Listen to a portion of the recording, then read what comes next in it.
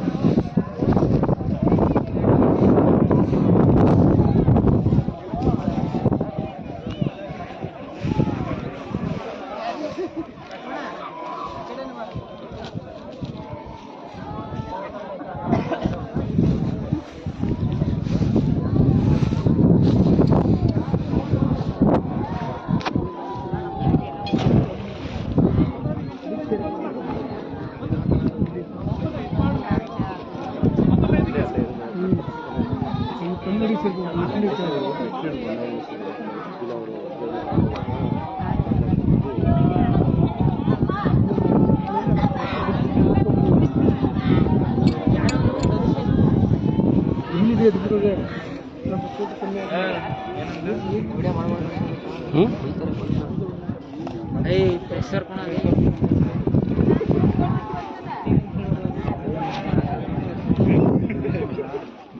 तो HD phone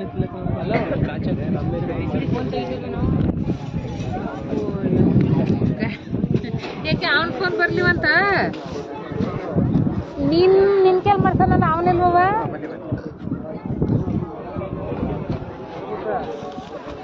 ಅಯ್ಯೋ ಕಣ ಬರ್ತೀನಿ ಬಿಡು.